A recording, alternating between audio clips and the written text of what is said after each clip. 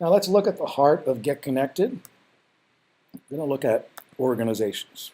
Organizations are used by registered student organizations, fraternity and sorority life, Mason Recreation Club sports, a variety of academic affairs units, and 20 some of the offices of university life and its partners. Organizations are flexible to purpose and provide a variety of structural and process-oriented benefits to many different kinds of groups of people. New organizations can be created only by administrators at the level of the campus support team, which can be reached at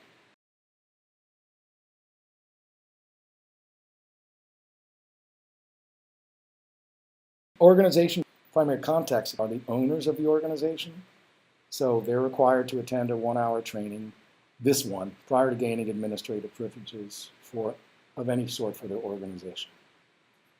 Organizations and their products, events, rosters, news items, will be audited frequently to ensure compliance with policies and recommendations. And those organization owners who fail to put their best face forward are subject to additional layers of review, much like registered student organizations are reviewed, and approval prior to events being posted, and any other changes they make to the organization. There are several ways to search for an organization from your home page, of course, and I'm going to right now probably go to, let's go to University Life.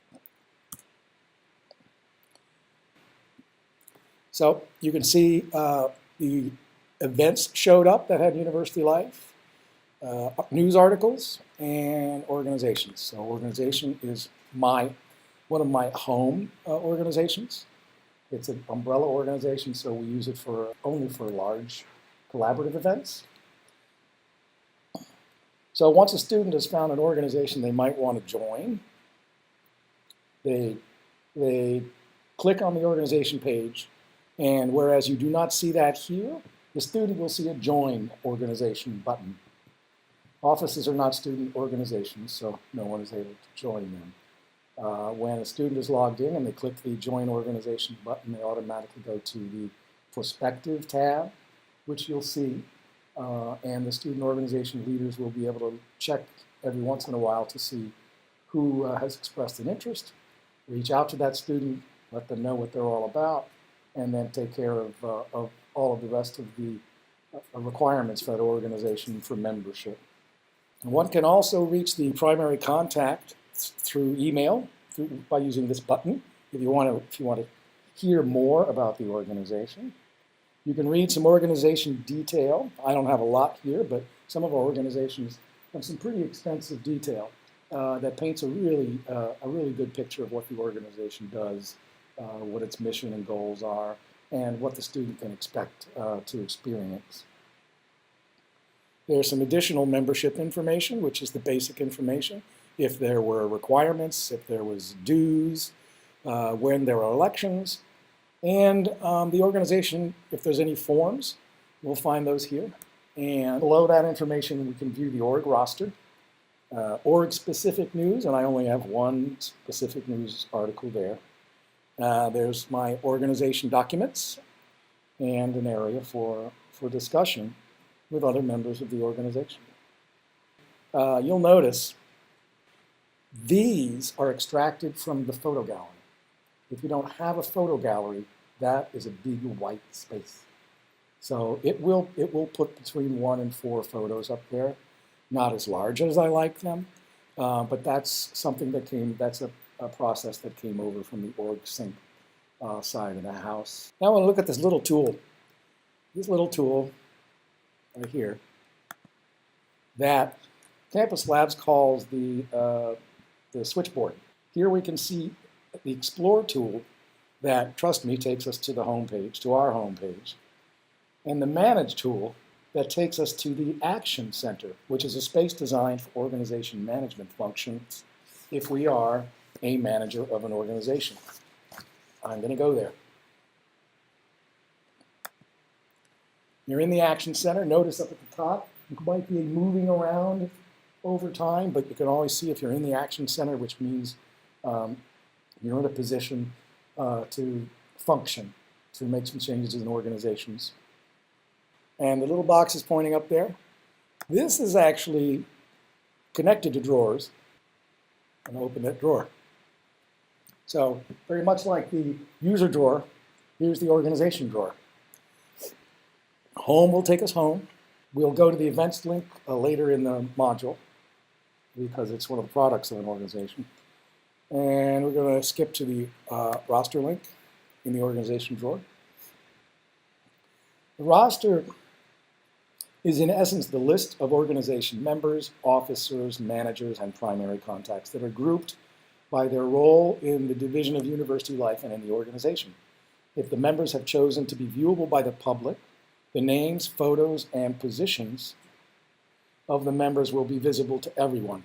Now, I'm in the Action Center, so I don't have to see that. But if I think many of these folks are public, their photos are there, so if you were to go into Explore, you would see pictures of the roster members organized by the role in the organization, whether you're an organization president, a vice president, whether you're an assistant director or an associate director in a university life office, and there are a couple other kinds of hierarchies. There's also a page right here where you invite new members. You can add 500 emails at a time, in a list format. And we'll show you kind of how that happens here. Okay, Wolf one. Okay, let's see what happens. Because as you're inviting them, you get to decide what their role is if you're the organization leader. So right away, look, I got a webmaster role. That comes pretty close to what Karen does. These roles are created by us a long time ago. They're not going to exactly fit who you are. But if you've got a special class of student, for instance, some sort of mentors that you're developing, and you need that experience to show up in their co-curricular record as being a peer mentor of some sorts, then get with me and we can talk about the best label to put on them so that their record will most accurately reflect the value of that learning experience. So I'm sending this off. Karen will have to, unless she's got her notifications set to send all this stuff to email, she's going to have to go to her little box here, to her user drawer, and go to notifications in order to get this. This tends to be problematic with registered student organizations. But we need to remember that too. If we're sending a message out of Get Connected, maybe we need to let that person know ahead of time, or encourage everybody to set their notifications so that they never miss one of these very special messages, which may be a review request for an event. And if that event doesn't get reviewed in time, then that event doesn't run. So there's very good reasons to do that. Here's where I manage my roster. I can end single memberships. I can end all memberships. I'm going to end a membership here. You're going to see how that goes. Some student organizations will end all memberships because when they have a very fresh roster, they can do a bulk upload of a new roster in a CSV file. And with codes for each of the leaders, it'll just populate the organization. Instead of having to say, which of these 150 people is no longer with us? Because we need to be accurate here, because there's funding, especially in student organizations, there's funding attached to certain numbers that you have to have in your organizations.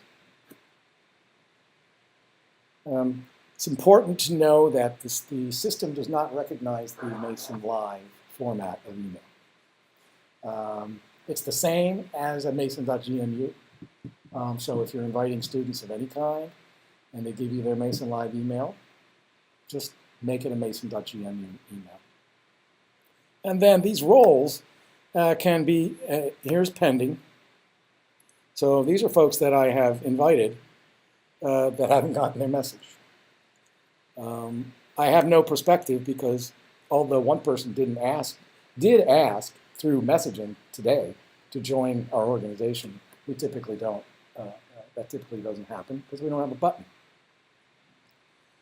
I get to manage positions. I wouldn't do this without some coaching because there's permissions involved. And managing the position in here it can allow you to change the name, it can allow you to change permissions, and that's something you want to do with some advice because it can get out of hand.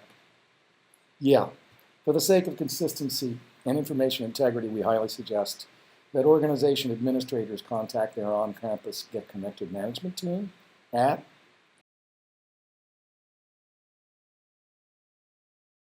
before changing any permissions or position names. Okay, back to roster.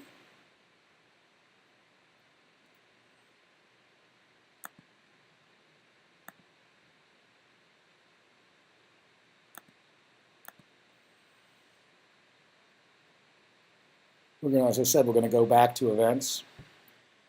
News is where you get to create a news event.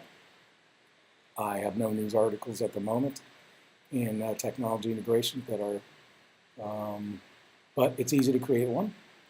It's a simple form, a title, a summary, the details, and naturally choose a headline image. People really respond to visuals, and you saw where there were 3 news articles that they all looked pretty boring. They're just stacked there, and nobody put a photo there. Back to my user drawer, and I can shift to gallery. Much similar. I can create an album. I would suggest that your number 1 album be the one that you want to extract photos from to represent your organization. If you create one album that's just kind of random photos, and then decide that now you've got a camera, now you want to take some real pictures, you're not going to be able to switch from one to the other unless you delete one of those galleries or move photos. And it's as easy as creating a Facebook gallery. Documents. You can add a file, you can add a folder. This is just like a virtual office, like a Dropbox or a OneDrive. And this is a great place for documents that need to be shared, common documents that can't be edited. So you can see I've got a general release, membership privacy, and a list of University Life technology integration resources. But others have a pretty extensive list of documents that they keep in their office. This is their office drawer. And forms is a great feature. From an organization, you can create forms. Forms can be created from the administrative side as well, and that only happens when you want to create a form that the general public can fill out. So that happens under certain circumstances where non-students might want to apply or testify or write. But for the most part, the organization creates forms that you can see in my forms. I have a list of forms, and I have forms where I can see where I've had a submission that's unapproved. And I can create a form, and all of the typical form types, the typical question and answer types are available. I put the name, I make it active, start date, end date, allow multiple submissions or not, and I can restrict the form to allow responses from only certain kinds of members.